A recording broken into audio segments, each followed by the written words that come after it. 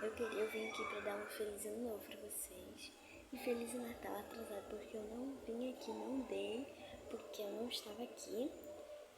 Presentes pra dar esse Feliz Natal pra vocês. Olha, gente, eu fiz a unha. Eu não postou isso que minha mãe colou. Eu estou de calça. Eu não desce mais, não dá. Gente, meu quarto reformou e até agora o guarda-roupa é enorme. E eu tô muito feliz que tá reformando aqui a casa. E, gente, olha os cachorros. O que eu fiz? Um canal. Pronto. Aí, pra vocês, feliz ano novo, feliz Natal.